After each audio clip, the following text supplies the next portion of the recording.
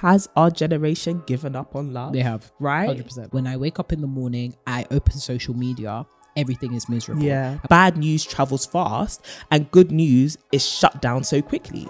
We are suffering with information overload and, dare I say it, depressive news overload. Yeah. Hello and welcome to the To My Sisters podcast. I'm Renee. And I'm Courtney, and we are your online sisters and hosts of the To My Sisters podcast. Now, we are all about promoting the wellness, growth and development of a community of sisters across the world. And in today's conversation, we are going to be talking about whether we are now in a loveless generation.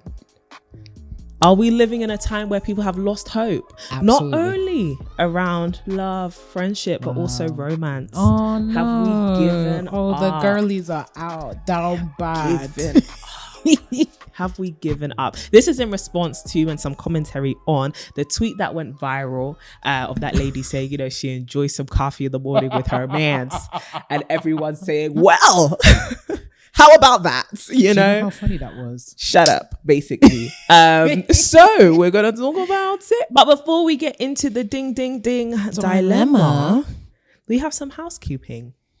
One very, very, very important announcement. So if you remember last week's episode, we announced the Vision 22 winner for October, but we didn't announce the Vision 22 November challenge.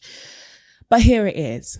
Sisters, the link has dropped. The time has come. It is upon us. November's challenge is to pre-order our book. Can I have some commotion for the book? Commotion.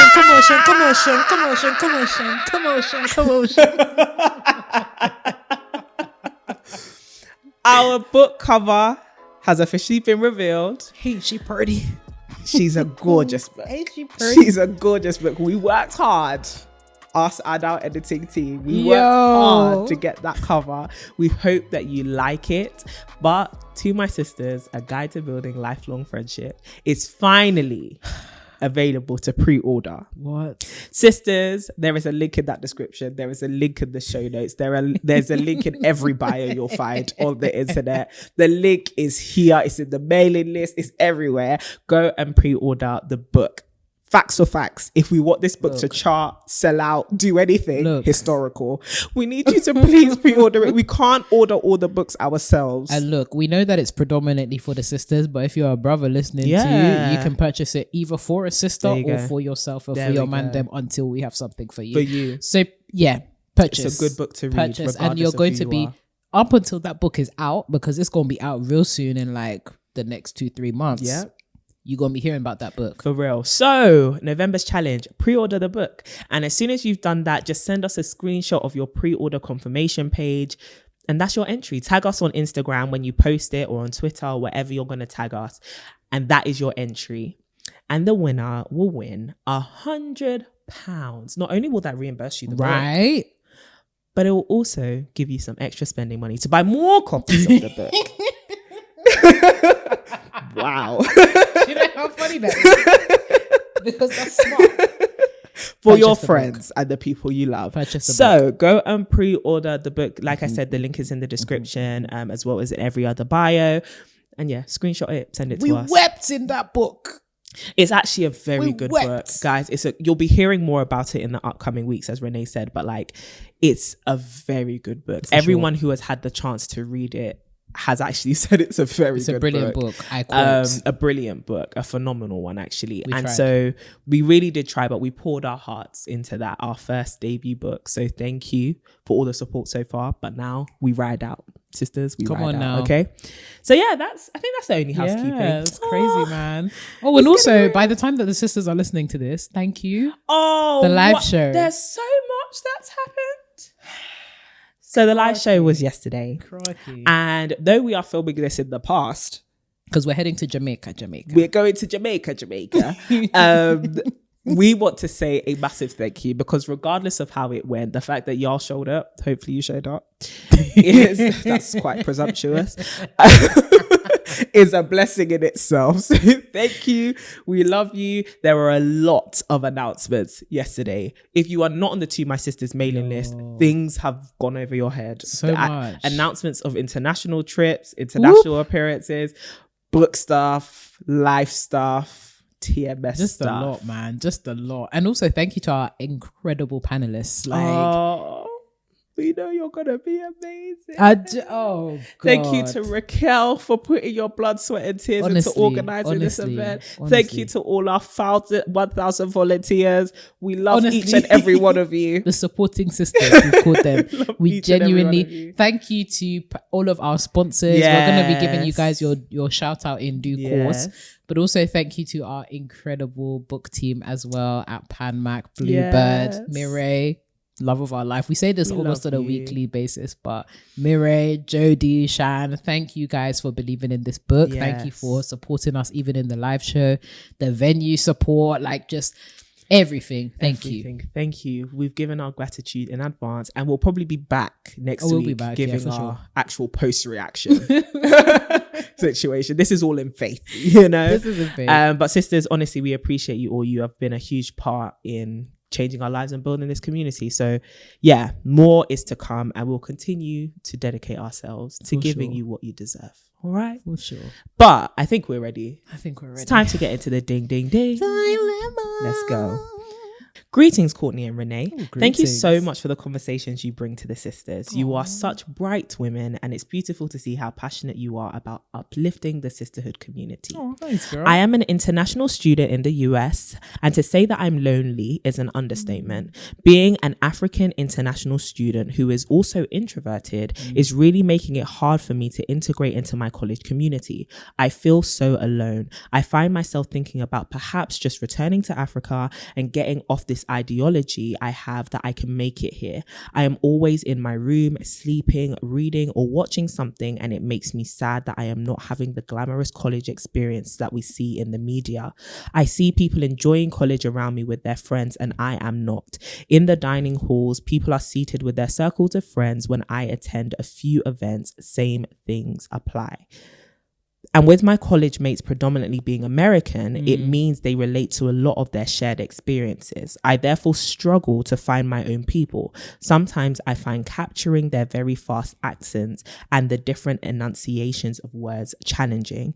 I spend most of my time wondering whether I may be in the right place. I am really not finding a sense of belonging, and it's leaving me so empty and so alone. I don't know what to do. Oh, girl. Sending virtual hugs, first of all, resonates strongly, very, very strongly. Insofar as like I also spent a year in the States for my master's, and I remember when I first went to the States, boy, oh boy, depression galore. Wow. It was just crazy. So I just want to let you know that actually it's very normal to feel like this as well. You're not like a weirdo or like there's nothing wrong with you. It's actually very normal to feel this way. And also connecting with some of my friends who have equally gone over to the States or done an international escapade for college or whatnot for X amount of years. It is very normal, especially at the beginning of your experience, to feel out of place or feel like you're not connecting with things or people or having intense feelings of wanting to go home. I would say, especially as you've noted that you're introverted and, you know, you've got specific, I guess, differences being somebody that's international, seeing those as opportunities and as leverage as opposed to disadvantages. So the fact that you're African, girl, I don't know where in Africa that you're from, but I love my African people. Shout out we got a lot of culture, whether you're west, south, east, central, north. We have so much culture and so much to bring. So really seeing yourself as like a cultural cultivator, if you will, in these spaces, and trying to find places where you can find people with similarities to you as well. Depending on like your university or college, there will definitely be affinity groups. It might be if you are Black, I'm not going to assume that you are because you're African, but if you are Black or if you identify as a particular race, there's affinity groups around that. There's also ethnicity affinity groups, so I'm pretty sure there might be like an Africa Society or something like that. Trying to go to more of those kind of events or kind of those smaller group outings every once in a while would be good. In terms of like getting over the fact that there's different opportunities that you go to and there's like folks in there, like established friendship groups, going to those opportunities with an open mind. And I think what's actually really good about the States and what I know of Americans in general is they tend to be very open, like very, very, I know it's out of character for someone that identifies as an introvert, but it's not abnormal to kind of like go up to people or like present yourself and be like, hey, I'm interested too, or like, I would love to chat with you folks. So I would say do it in small doses because it will be very foreign to you to do that. But having like maybe once a week or once a month, you kind of do the bold step of like introducing to yourself to like a group of people or one or two people in those kind of opportunities. I'd also say like try and find smaller groups or communities around things that you like. So the great thing about college is there's a community or like a group around everything. If you love bubble tea, there's going to be a bubble tea society. I remember, so random, but my little sister has been raving both of them actually, have been raving about bubble tea and like bubble tea sock at their university. Not bubble tea sock. Do you know what's funny? My little sister, all of the people that go to bubble tea sock are like from Southeast Asia and stuff like that. And she's like, yeah, I'm happily there. And we're all chatting about said, I found my she people. said, those are my people. Yeah. And I'm just like, I love that city. For real. So sometimes it's not even a case of necessarily finding people that are exactly like you, but finding some kind of common ground with people through different interests and different kind of like shared things that you're passionate about is a really good start. Finding low stakes environments to meet people as well. So going to smaller community gatherings, or rather than going to like the big parties all of the time, maybe it's going to the meetups or maybe the lunch and learns or maybe those kind of things where you get to meet people. And also leverage your classes as well. When you are like participating in class or doing like group work with people, use that as an opportunity to get to know people as well. I remember in my like the first few months of me being at Massachusetts, I met one of my best friends there, Caleb. Hi Caleb, probably even listening to the podcast. Caleb. Yeah, she knows. Hey Caleb, it's been like, man, that's one of my best friends. That's my dog. But actually, I met him in one of my classes, one of the shared classes that we had, and he was sat next to me, and literally, I just said hi. So it was a very strange class, mind you, very, very strange class. So I was like, yo, what's going on with this class? And he was like, I don't know what to tell you, Renee. And we bonded over that, and he became one of my best friends since then. So sometimes it's also about like leveraging the spaces that you actually have with other people already to create friends. And I'd also say like take the pressure off of yourself to like completely immerse yourself all the time. I think as an introvert, you know yourself best, right? But knowing that you draw energy from being alone and being by yourself and just having the opportunity to like spend time like recuperating, make sure that that is built into your strategy as well. It doesn't have to be you always outside and always like interacting with folks. Sometimes it can just be you by yourself, and that's fine. And maybe trying to do those introverted things with other people as well. It might be watching a movie with one other person, or like, you know, go in and doing not sleeping with somebody else. That's a bit strange unless you're like really like close. What are you promoting? No, because I was trying to remember one of the things that she said she likes doing. She said sleeping, but I know that the folks are I'm gonna say sleeping, and they're gonna think go out and have sex since you like sleeping. However, what I will say is one of the things that I did when I went to the States as well was I dated a lot. It was great fun, like really just enjoyable, and it forced me to be out there a lot more. So when you do get to that stage, depending on your relationship status as well, it might be nice to also like go out on dates, or it might be nice to like really leverage the American experience as well. And then I think just speaking, I've rambled on, but this will be my last point. I think just speaking on the insecurity around like enunciation and understanding folks, it's actually perfectly fine to say, guys, you're talking too fast, or like I can't understand, or like that's actually fine. Don't think of it as a flaw.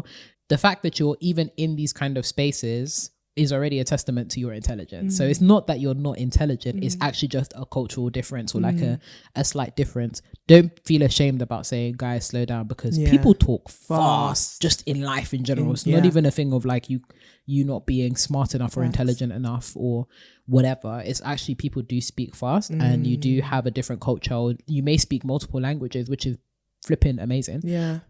So take the pressure off of yourself on that front and really enjoy it. Soak up the American experience. You deserve to be there. If you did not deserve to be there, you wouldn't be there. Right. But you're there. So you deserve to be there. Right. And you deserve to make the most of it as well whilst you're there. Don't let this time pass you by and you didn't really maximize it. You know, the initial getting used to something is always iffy, you know, but it's okay. This season will pass, and there will probably be other people who feel the same way as you, maybe even connecting with them over that common feeling may also be helpful. Providing, friendship for other international students, or, even if it's not necessarily finding people who are just like you said, just feeling free to be like, you guys know I'm an international student. I don't understand what you're saying. Talk slower, or, just explain certain things to me. I think it opens up conversation. I think you need to get over this idea that you need to present yourself as perfect and like perfectly ready to integrate, rather than allowing the fact that you're growing in this environment to actually form the basis of your relationship with people. Right. So allowing them to introduce you to things, allowing them to introduce you to people, just becoming acquaintances first as well. I think that's really helpful, but you have to put yourself out of your comfort zone. And even if that means, sitting in public spaces more often rather than going to hide in your room, or allowing yourself to go to events which have already been orchestrated, which you can just attend. I think it's important, and literally just putting yourself out there, like Renee said, in terms of just talking to random people and just trying to get to know them. Not everyone's going to be your best friend at the end of it, and not everyone's still going to be your friend at the end of it. However, I think everyone is quite open on campus to just be like, oh yeah, you're cool with everybody. It's not like you're going to be like, ew, why are you talking to me? Because we're on campus. Like, that's what we're meant to do. So I think because people are already ready for those kinds of interactions, you're actually in a better standing than you think. But don't cut this short. This is an amazing experience which not everyone has access to, and a lot of people desire to have as well. And you've gotten it. I'm sure it's probably been a dream of yours for a long time. So you've gotten it. Make it the best that it can be, by not letting this hardship deter you. So however long you have left on your course, we just wish you the best of luck. We pray that it goes absolutely amazingly, and that you come out of your shell a little bit more. But I hope that this experience is filled with so many memories, which you hopefully email us about or just tell people about in the future. So sis, we hope that advice was very helpful for you, and keep us updated on what's going on. Sisters, of course, if you have been in this predicament before, maybe you go to an American college, or maybe you're an international student, please leave your tips, your tricks, your hacks down below. We want to hear your experiences, as you guys often chime in, and we really do appreciate it. If you are listening on all the other podcast streaming platforms, then feel free to come and plug into YouTube. Make sure you subscribe while you're here, but also you can follow us on Instagram and chime into the conversation that way. But let's get into the nitty-gritty of what tomfoolery has been happening on the interweb. Now, if you are familiar with me, I don't use Twitter because of reasons like this. I think it is bad vibes. I think it's bad vibes. Let me be honest with you, right? And so if you don't know what we're talking about, this lovely lady called Daisy, well, I can't say she's lovely, I don't know her, but tweets were lovely. I mean, her tweets were fine. Her name's Daisy. How many evil people have you met called Daisy? There we go. So this lovely lady called Daisy tweeted that her and her husband, it's not boyfriend, it's husband, right? Her and her husband, the man she has married, have renovated a garden together. They love that stuff. How fantastic. And, one of her highlights is the fact that in the morning when she wakes up, she gets to go into said garden, sit down and have coffee with her husband and just talk. Come and see uproar. I couldn't believe it. Come and see boo, tomatoes, get her off of the stage. You don't even go here. The privilege. There was a lot. So people came back to that in their droves to be like, oh, must be nice. I have to go to work in the morning. When I wake up, I need to take medication. Think about all the people who don't have the opportunity to do this. Maybe you just want to keep this to yourself. What? My question to you all is, what does that have to do with Daisy? What does that have to do with her? And it brought to my attention that has our generation given up on love? They have. Right? 100%. Talk to me about 100%. That. I think that was the most miserable assortment of tweet responses I've ever seen in my whole life. I was so shocked. How could someone say my favorite part of my day is talk to my boyfriend? You said, but I broke my leg last week. Where's the connection? Where's the connection? And I think even just this... there were so many issues with it. First of all, when I saw the whole, it's a privilege. Is it really? Is it really? I think we need to have a very serious conversation around what constitutes as privilege, because I think people are just using words anyhow and semantics are important. And I don't think that having to spend time with your partner on a regular basis is a privilege. In fact, I just think it's a function of their relationship. So I was like, I have an issue with that. Second of all, it's the entitlement to, obviously it's a free speech platform. Word to Elon, I don't know how long that's going to exist for, as he is now the sole board member and sole director of Twitter. So I don't know how long that will last, but premised upon the fact that, you know, Twitter is a place where free speech is alleged. Okay. Why do folks feel as though her speaking about herself and her relationship is an affront, an attack on them? Yeah. There's also that whole element of like, there are a lot of people who interact with social media and interact with strangers through the filter of, is this relevant to me? And there's a lot of reaching that goes and that occurs as a result of that. And I think there was so much projection to the nth mile. This was like, oh my gosh, I can't even. This was cinematic. This projection. This was BFI South serious 4K, 8K. In fact, Dolby sound because projection. If it's like, and it's so frustrating because look at how miserable news spreads in this generation. When something bad happens, how we hear about it all the time. When somebody posts something good or positive about their life, it feels as though because there's so much miserableness and so much sadness and people are dealing with a lot and they have no outlets, they're seeking outlets in the form of projecting on other people, especially strangers, because it seems so far removed from their reality. I think of like when folks are like, oh my goodness, this is a particular major milestone in my life. How many people congratulate them versus how many people that are like, how dare you come up on here and talk about all the good things happening in your life? This is a place for being sad. That's what I think. I think people are miserable and they want people to join them in their misery. Because I ain't gonna lie to you, Courtney, I thought it was lovely. I was like, oh, I'd like to wake up one day and, you know, I'd love that. We love it. We love it because how many stories of struggle love do we hear on the internet? Like, I've been seeing so many TikToks. Did I tell you about the TikTok that I saw? And it's not funny. It's not funny. It's actually not funny, Renee. It's not funny. The girl, well, what I thought was the girl who was narrating it was basically like, you know, this is the story of me and my partner. Come and see the last slide. He killed her. What? And I was like, but then who's telling us this TikTok? Why does it seem like it's from the first person? But that's not the point. The point is, I've been seeing so many like videos of struggle love, abuse, like actual violent relationships. Blueface and Chris Sean. I don't know who these people are. It's good that you don't. Oh gosh, Courtney.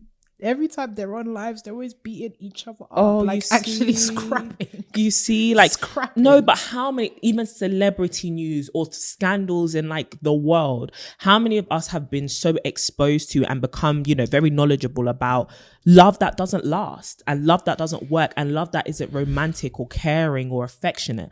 And this person has come and said nothing provocative, nothing outlandish, nothing, you know, this is a flex. It's simply, I'm so happy for this point in my life, right? And this is what brings me joy. And people's response is genuinely, shut the hell up. Like, we're out here struggling. And I think that also brings to a question that has come into my mind, which is not just have we given up on love, but have we gotten to a point in society where everyone is so miserable that they cannot actually imagine being happy? Yeah. Like, it's disgusting. And the fact that people's response is, well, I have to go to work. Probably so does she. What's that? The fact that you have love in your life doesn't mean that your life is absent of struggle. And she was just explaining the moment that brings her joy. And people were just latching onto it as if, oh, your life is so perfect. She never said that. Do you get what I mean? And people kind of make...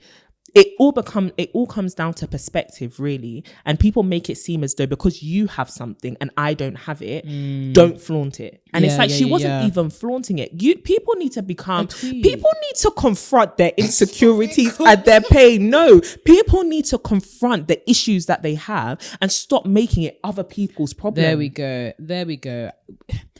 I am absolutely flummoxed as to how we can all be so connected and yet very disconnected from each other. In the sense of, even if you did have a problem with that particular tweet, why did you respond? That was something that I like. You actually had negative things to say. And growing up, my mother taught me, if you haven't got nice things to say, you ought to think twice about saying it. Unfortunately for our generation, it feels as though that filter no longer exists. It feels as though even if you were bad mind, why is it that we feel so entitled and so comfortable sharing our opinions and our thoughts, even when it is bad mind? Like, we've become so comfortable with just sharing, or like, I'm going through this, blurting. People need help. They need no. They genuinely, it made me think. I was like, damn, like, before I would want to put out something like that, checks and balances, I'll be like, yo, Courtney, is this bad mind? So like, this is how I'm feeling, because I have this relationship with you in person. And it really was worrying to me, because it really was indicative of the fact that not only do people not have happiness in their lives, but they also lack intimacy in real life, because the fact that the tweet was around intimacy with somebody, but also the fact that instead of intimately discussing with somebody in your life, you chose to actually project on a public forum. I was just like, I remember the days when people were afraid to look foolish. People had shame. People were afraid to look foolish online. Back in the day. And I think it's symptomatic of like a more wider issue that we have, even in the podcast community. And people are shameless. The content community, where people don't think before they speak. They it's an epidemic. They hide behind this I'm passionate, or, you know, this is just, I'm just saying it as it is, or I'm saying the things that people would hesitate to. There's a reason people would hesitate to say certain things. We need to bring back hesitation. We need to bring back thinking. We need to bring back constructive feedback. Because I think that the internet is now becoming a cesspool of blurting out our innermost insecurities. You look at someone like poor Daisy, who's just out here, she's posted about her life. Like, you know, like, you'll see aunties or just random like work colleagues or folks, they just post happy things about their lives, because that's what social media is for, is to be social and to share intimate moments as and when you choose. And you've got somebody from like, I don't know, Rochester or something like that, coming and saying like, you know, I work XYZ hours and no one like cares about me. Why did you think it was appropriate to make that connection? What's that got to do with me? No, genuinely, every time I saw a tweet, all I could think was, what has that got to do with anything she's actually just People said? Need help though. And it's kind of like, okay, you've got this and I don't have this. It's like, why is our go-to response jealousy or envy or just a bit of coveting? And it's like, before, people used to have shame about these things. Like, they used to think, oh, I shouldn't think like this, I shouldn't feel like this, even though it may be valid. But now it's like, we are so prideful in our envying of what other people have, number one. And number two, what has this got to do with me? Like, biggest flag. No. My genuine thought was, you going to work the next day, or you having something wrong with you, even though we don't wish that on anybody, what has that got to do with me enjoying a coffee with my partner? It feels as though we're now having, back in the day, we're now doing Olympics to see who can create the happiest life.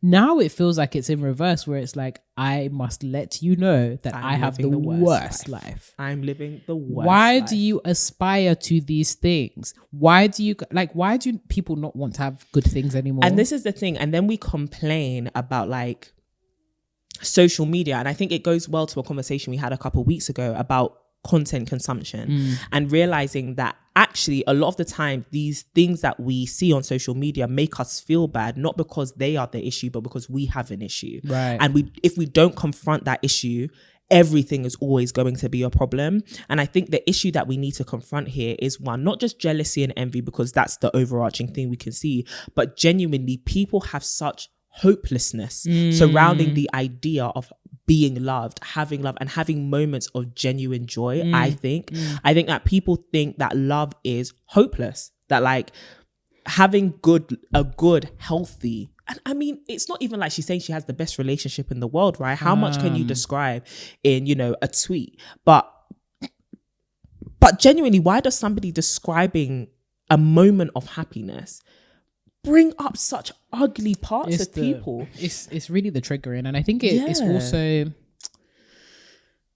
man, when we think about like social media and what it has been used to do over the past like few months or weeks or even just in this year, it has genuinely been a cesspit of really, really damning information. Like we've seen so many deaths, we've seen so many divorces as well, right? We had like a season where we were seeing back-to-back divorces.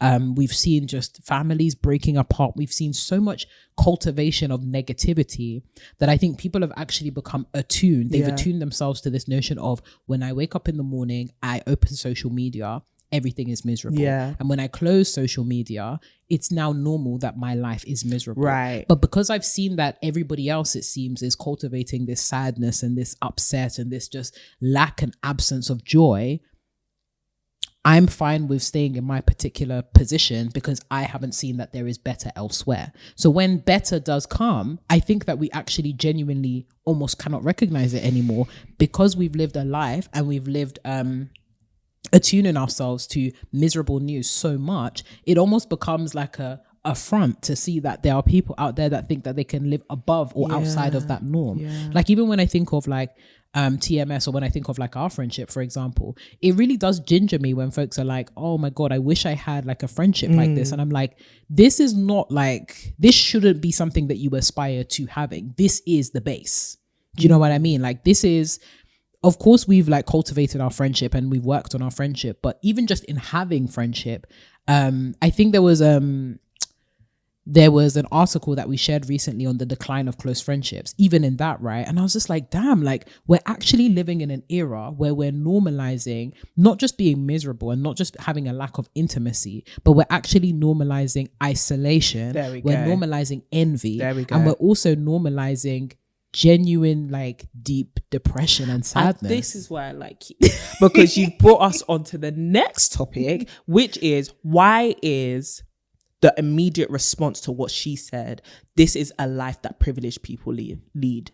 Have our expectations of people and relationships and our hopes for it really hit rock bottom to the point where we think it is normal to not have a functional, healthy, happy relationship, whether it be friendship, romantic, family.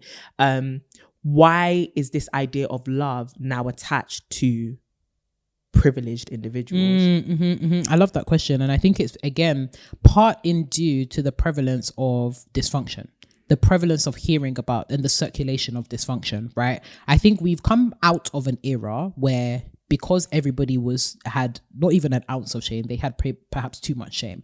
People were not disclosing some of the like trickiness that comes around like relationships. Right. We had the American dream. We had the whole, you can build yourself up to be whatever you want to be. We had this excessive notion of like agency. Yeah. And now we've been met with the reality and the horror stories that have come as a result of surveillance society, right? We're constantly seeing like all of these, we've gone for a place of seeing like all of these idealized families, these idealized family units to broken family homes. We've gone to a place of seeing constant deaths and mourning. We've gone to a place of seeing just being genuinely depressed every single day. We open up the news, depression.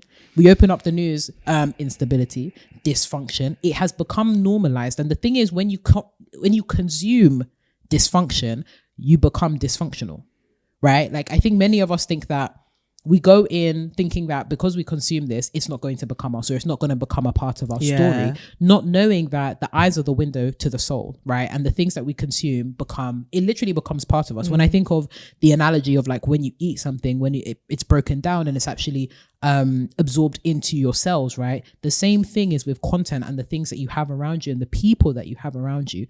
When we are constantly in this reinforced cycle of depression, sadness, and dysfunction, no wonder people are hopeless. There is actually, like, I'm not surprised that people are jealous and sad and bitter. Like, I think of, for example, something like cancel culture, right? There are some people who is like, oh man, your cancellation was due. I ain't gonna lie to you. Rent was due. Your receipts were pulled up. But in seeking, there is this like underlying seeking to really like bring people down when they've gotten to a particular height that I think has also persisted within our like communities and stuff. I think that's feeding into this same breeding of general dysfunction in our communities and in our societies. And I think that partly it's due to the fact that we need to actually regulate that which we consume. the consumption of some of this content is killing the girls. It's killing the guys, definitely, but it's killing the girls. And in terms of like thinking about who you like consume, what you consume, and how much you consume. So that's the second part of it, right? The amount.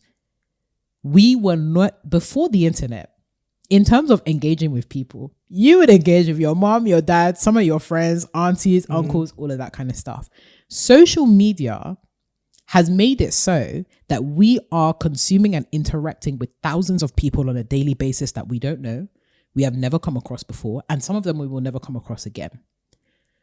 When your worldview is infiltrated by so many different types of people who are all equally, if not varyingly, but mostly equally in depressive states, even when I think of like algorithms and stuff like that, right? Again, a reinforcing cycle of really, really negative content. When you get into that ecosystem, it becomes very difficult to understand or normalize things outside of that because of the volume. We are suffering with information overload, and dare I say it, depressive news overload. There's just too much for us to consume. And it's like, even in trying to process that and then juxtaposing that with the reality that many of us are actually living hard lives. Like many people are living, I'm equally flabbergasted at the fact that people are there sharing about, oh, I'm going through XYZ at this particular post. But if we were to remove Daisy's post completely and think about some of the things that people shared, damn, people are living terrible lives. Well, terrible lives. Well, some people are living terrible lives. But also it's kind of like, it's not that your life is terrible. You consider it to just be worse than hers. But that's not necessarily the case, right? Because she didn't share her whole life story. She didn't share her whole life. She didn't tell you what her work is. She like none of that. It's very much like, it would be different if you're backlashing at a celebrity, because like celebrities, it's like, you're living a different life. You're living a completely different life. Do you get what I mean? But this wasn't someone that on that front. I think people's perspectives towards their own lives is what causes the misery. Do you get what I mean? Because it's not like there aren't people who are doing shift work, who aren't, and I'm talking about the things that people described in their tweets, in their responses, right? It was like, oh, I have to wake up at 5 a.m. to go to work in the morning. There are other people who do that, who also have dinner with their family. That's true. Do you know what I mean? It's like, I want to understand this link people have made. And I think this is actually a really good thing to look into, which is, our relationship with our work, our relationship with our health, like the way it impacts the way we believe we can interact with romance and relationships. Because I think people are like, oh, but this is my job, this is my health, this is where I'm at. And it's like, what of this is impeding you from having a good relationship with someone? It won't look like coffee in the morning, because some of you are at work in the morning, but it could be dinner in the evening. It could be a simple text, I love you. It's kind of this idea of, you need to have so much freedom in order to have love in your life. And I don't perceive my life to be that free, so I can't have love in my life. And it's like, no, love is what you make it, right? She's worked on her marriage, or she's gotten to this place where that's what they can have, right? And yes, you can say that resources, capital, access, all of that has contributed to her freedoms to have these things.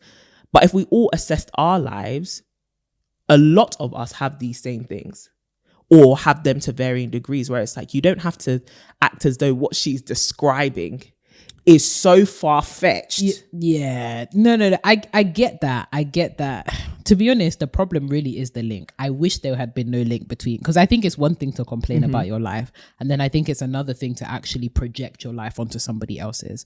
I think what really the issue is here is not even necessarily that, like, folks, I think you highlighted insofar as like some people feel like they don't have enough time or like resources to have that kind of love in their life. I think it's very much a projection issue, but fundamentally I think there's a mood or like a feeling of, I'm actually deeply unhappy with my life. Deeply unhappy. It's a shame that it's manifested in like this projective unfortunate vitriol that they've spewed online, but I think at the base there's a cry for help that a lot of people are trying to figure out how to articulate well. So even in that, like, definitely folks can have love in their life even if there's challenges and lots of like time constraints and stuff like that. But I think that there's actually a lot of people that are just actually very deeply unhappy with their life, even though they have to make those concessions can be made. It's kind of like, this is not what my optimum looks like. And I think there's a deeper discussion there to be had around like not just like making the best of what you have, but how can I actually transform my life when it feels like everything that I consume and everything that I see and everything around me tells me otherwise? Like, how do I... So I get that like frustration of like, oh, I feel like I want to have all of these kind of things to the point that I'm actually jealous of something that's actually quite simple and actually relatively easy, not easy to have, but it's like this can be worked in some way in a lot of people's lives. But at my core, I'm kind of like, damn, it's not even just I want to have that, but even that semblance of love is absent from my life. How do I do that when it feels like everything else around me is dark and even that bit of light just triggers me? Yeah, I think that people... You're right in terms of like, okay, what's the sort of content that you're consuming, but also just taking a step back to have some independent thought enough to say, well, am I working at it enough to have this in my life, right? And also, do I believe it to even be possible? So as much as we have heard, so many negative stories around romance, or you can apply this to any other aspects in your life, whether it be career, I think it's very dangerous to have this kind of such a narrow point of view to say that like, as soon as I see that somebody is living this reality, I'm just going to kick it to the side as an anomaly rather than a actual factual reality of something that can be possessed. And I think that's the danger a lot of us go into, which is there's this all or nothing mentality that even if I'm presented with information that counteracts the majority of what it is I'm seeing, it doesn't factor as evidence for anything else. I've come to my conclusion. Love is not real. And this is why I wanted to bring up this conversation, because I think in our time, because of everything that we've seen on social media, a lot of what we've come in, the conclusions we've come to is men ain't ish, women are gonna trick you, love is not real, damn, to be married and have kids just looks long. Like all of this stuff where it's like, maybe we used to desire it because we've become aware of the realities of life. We're just like, oh, throw it all in the bin. But it's like, we're not saying love doesn't come with challenge. It just doesn't have to be all about hardship. And I think a lot of people have attached their idea of love and romance to hardship, and it's like, no, there's so many things that could actually help you believe in love again. And that's actually a personal work that we have to do, which includes curating our feeds and exposing ourselves to better information, but also it doesn't help that bad news travels fast and good news is shut down so quickly, which is exactly what we've seen in this instance, where it's like someone's given you an example of something amazing, you know, and it's like, we don't want it, throw it at the bin. But as soon as somebody comes and they're saying, I had a girlfriend and she did XYZ to me, it's like, yeah, we all knew this would happen because girls aren't, and it's like, so we want that to be our reality. We want that to be the truth that we all believe. Of course, we're not going to be aspiring towards having healthy, flourishing love because we don't even believe it exists. My thing is just, how did we get so addicted to the negativity that now even when something healthy comes along, we're like, ill, pure, go away, you know? That's where I feel like we're not helping ourselves and we're really shooting ourselves in the foot. I think negativity is easy, man. When it comes to like positive and healthy relationships, I think there's negativity we associate with like, and our association with like love with hardship doesn't necessarily mean that love isn't hard. So like the hardship element, I think people have associated with the whole like negative, this is going to break down, this is going to end in toxicity. Love doesn't necessarily require hardship, but it is hard in that we have to... I don't know if I agree. In that we have to, like relationships, it doesn't mean that it's always going to be hard, but there will be elements of love that is difficult. So even thinking about like Daisy and like looking at her profile and stuff, she described like going through like particular hard seasons of love with her husband, and the fact that even in building the garden and owning the yoga studio and stuff like that, there were seasons where she had to sacrifice and that love was quite difficult. Yes. I think that because, as you were saying, we tend to exist in extremes, we either see love as this really difficult, like hardship thing, or we see it as this completely idealized, out of reach thing. And actually it's something more so in the middle where it's like, you can have these moments of like real pure happiness, joy and love, but equally love is something that you need to work at as well. And I think it's the classic case of we lack nuance and we lack that critical thought around, actually, if I do want to have a relationship that's worth having, particularly a romantic one, but also in other places, it's going to require hard work. And I think a lot of people have given up on hard work in favor of hearing about the hardships that occur in like love stories. And I just think that the thing about like negative stories around love is it's always sensationalized. It's always a story that people can consume. It's always something that like folks would tap into. And I think it's also a preventative mechanism because people are afraid and insecure. Disappointment. There's a lot of people that are dealing with disappointment. There's a lot of people that are coming from broken homes. There's a lot of people that are dealing with their own hurt. And I think the negative stories feed into the fact that they've had that negative experience, so they can resonate with it in some way. And I think, you know, when like you've been in like an instance and you've been taken for a fool or you've been mugged off, misery loves company. So it's like, damn, okay, I've been vindicated because I'm not the only one that's going through this and stuff like that. However, it's unfortunate because when we do have like, you know, examples of not even necessarily healthy relationships, just a moment in time. That's the thing. It's not even like babe came out and said, oh, I have the perfect marriage. And this is what's going on and stuff like that. She literally just said, oh, I enjoy doing this with my husband on this particular day at this particular time. And folks were like, privilege. It's just like, no, it's doing entirely too much. I also think it's very sad because it's like, genuinely, if that is what's triggering you,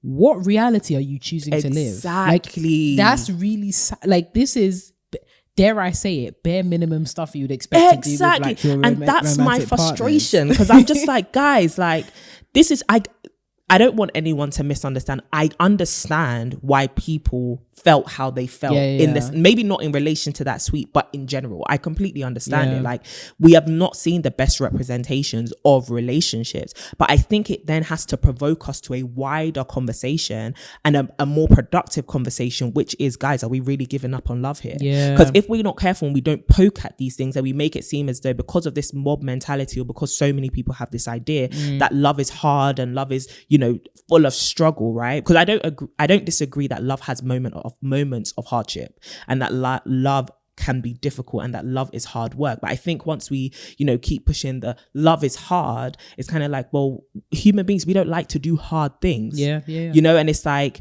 but love is so much more than just hard. It's everything else, right? So it's like, okay, if we don't probe ourselves to have this conversation about, are we actually giving up on love? We will all just collectively give up on love. And it's like, how can we be a generation who, you know, we want to have intimacy, we want to have friendship, we want to have all of these things, but if we can't even interact with a basic thing, like somebody getting coffee with their partner every morning, damn, are we actually gonna pursue it? Like, I think we need to go back to the basics. Like, I think we actually really need to return to the basics. Even like proceed in romantic love, because I think most of the conversations that we have, both online and in person, are end stage conversations. So it's like, I'm looking for a partner. I can't find anyone to match up or anything like this. Or I've been having so much trouble in like cultivating those relationships. And it's like, actually, let's have a discussion around our conceptions of love. Let's have a conversation as communities as well. Like, what is up? Like, what is up? Because I am so tired of like lone wolves and lone representatives coming up and like speaking on behalf of the people. And it's like, actually, maybe we need to interrogate as communities, what are our expectations around love? What does love actually mean to us? And what are the social like problems that are feeding into this absence of joy and love in our lives? And it's like, if we do take a step back from this incident, it's like, okay, cool. People are talking about, you know, I'm working XYZ, or like, this is something in my life, It's like, okay, cool. Taking a step back from you projecting those issues, what are the issues that you're dealing with? And what are the issues that society is dealing with at large that's contributing to this absence feelings of joy, contributing to this deep depression that a lot of people are experiencing and not sharing? Because there are, as much as we be laughing at like tweets and stuff online, people are like going through genuine like mental health problems and all that kind of stuff. And it's like, these conversations are not helpful if they're not transformative. I think many of us just come to complain, or we come to like just say this is what the issue is, but very few of us are thinking practically around, okay, what's the solution here? It's like, okay, cool, we live in a loveless society, or like, oh, this triggered me, don't do that. Okay, but what is that actually going to solve? It doesn't it solve won't anything. Bring you the joy that the you love. Want. That's the thing. It's like, we know you still want this. Yeah, like that's the thing. in the sheer fact that you are complaining, that dismissing this and complaining about it is a sign that this is actually something you want, and you believe there is something in your way.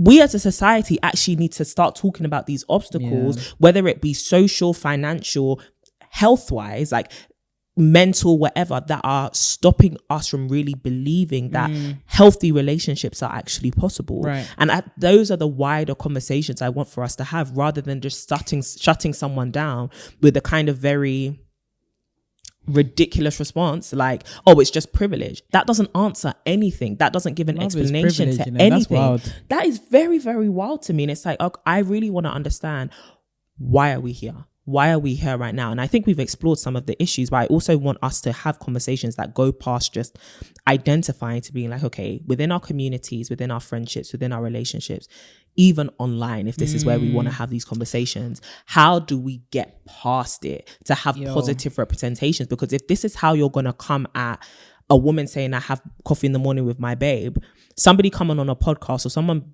doing a whole, series of them getting married, or shout out to Lydia's wedding series. You should watch it. But like, excellent. Somebody doing something like that must actually send you into a frenzy. 100%. Or worse still, there's some evil people out there witches. That will be there's some witches out there that are actually and wishing I don't want us the to worst become for you. witches. And like, I think we've also gotten to a place where it's like, people will have so much more to comment on like negative things than they do. But then when good things happen, the silence. They don't even engage. They don't even say nothing. Yeah. So, and it's almost like there is then a shame surrounding engaging with the positive, because you look so naive. There we go. And I don't want our belief. It's a privilege to have this kind of thing. I don't want there to be this belief that we as sisters have, that it is naive to desire something healthy, or it is naive to desire love, and love in its best form. Even not love absent of hardship, but a love that isn't purely hard. I think, okay, one of the first like practical things we need to do is step away from the world stage and engage in the community stage, but also the people that you have around you, because it's one thing to look to all of these random strangers for your indications as to what love should mean and what it should be, and like what's the reality or the tea on the situation. The real life examples that you have, do they match up to your expectations and your desires for love? And if they don't, you have to be proactive about seeking it. Yeah. Right. Like, even thinking about like positive representations of like love and stuff like that, having to actually go to a place of like, okay, I don't have a lot of this in my community. Where can I find that? Sometimes it actually requires you being proactive to bring good things into your life, or bring that which you desire, as opposed to taking a passive like role and just allowing things to just enter into your life, or just allowing yourself to be limited by what you have around you and what you see. So actually be inspired or provoked enough that if this is something you desire, it's actually okay to actively go about it and want that, and have and aspire towards a healthy love. Like, I agree. I'm done with the struggle love like narrative. I don't want to struggle in love with anybody at all. I recognize that there will be moments where I'll have to work on stuff, and that's calm. But this whole narrative of like this entirety of the love experience is one of hardship. Miss me. I don't want to be on that boat. I don't want to be on that boat, because I don't think that, like you were saying, I don't think that's what relationships are meant to do in anybody's life. Relationships are meant to bring out the best in you. Relationships are meant to mold you, to grow you. They're meant to like help you to become a butterfly. There are some folks that have relationships that are driving them into the ground. And I think on the normalization of like struggle love relationships, but then also like quitting when things are like getting difficult, it just lacks nuance. And I think that's the problem with a lot of the conversations that we have anyways, or a lot of the like issues that people be bringing. We see things in black and white, and I beg of you guys to put on the 3D glasses that they give you at the cinema full time, if that will help, because anyone with like, I don't want to be rude, but if you say it, anybody with like even half a brain cell, come on, you'll look at that tweet and think, oh, come on, babe, like she's having a good, irrespective of what I'm going through, the babe is actually just reveling in the fact that she's found love. And we're all at different stages, right, with that process. but wherever she's at is not in relation to you. And that's just okay. You have to decenter yourself from these things. That's sometimes. Okay. She probably didn't even know who you were before you commented. No, she doesn't know who you are now. She knows you as somebody. She doesn't know who you are waking up now. At 6 a.m. in the morning and hates her because she has coffee with her husband. It's weird. It's weird. It's very strange, and I do think that this is just I love the practical steps that you gave, and I think it's worth having conversations in your real life community about how you feel about love and also how you feel about your life. Because coming on the internet to spew that, no one's coming to your aid. And that's the thing, that it's almost like people find comfort in the misery, but misery doesn't comfort people. It really is about, okay, do you want change? Do you believe that there's even a place for change? Not just around your relationship status, but also about your feelings of satisfaction towards your own life. People on the internet aren't going to help you with that, because people on the internet don't care. People in your real life care. And if you don't have those people, you should get plugged into community. How about that? Okay. If you would like to get plugged into the sisterhood, then you can follow us on all social media platforms. It's at To My Sisterhood. Come and chime in. Okay. And also leave a comment down below, sisters. How are you feeling about this topic? Did you see the tweet? What feelings did it provoke in you? It's a safe space. Don't even worry. But also, what do you think about the uproar that surrounded it? We would really, really love to hear your thoughts. So share them with us. For sure. And also, if you'd like to know more about, just love, building practical relationships, I don't know if you've heard, but we actually have a book, the To My Sisters book, The Guide to Building Lifelong Friendships. If there was any confusion around that, the link will be below. I'm not sure if you've heard the announcement already, but just for those of you that are at the end of there's some of you that skip amongst the timeline, just so that we'll even put one in the middle as well, just in case you forget. But please do get plugged in, and of course follow us on all social media platforms. TikTok, Instagram, LinkedIn, Twitter. Join us there and join in on the conversation. And of course, make sure you follow us on our personal platforms at CD Boateng and at Renee Kapuku. We'd love to see it, and make sure that you sign up to the mailing list on our website, tomysisters.com, to get weekly glow and grow tips, as well as exclusive news, access to things. We will not spam you, do not worry. But sisters, we hope that you have an amazing week. We hope that you find joy, even in the smallest aspect in your life. It doesn't have to surround romance, okay? But we want you to experience joy. And I want that to be sacred to you, all right? Don't let anybody rob you of it, okay? You don't even have to share it. Protect it with all your heart, because the streets, they're snatching joy like kidnappers. Okay? But sisters, we will talk to you very soon. Have an amazing week. And as always, keep glowing and growing.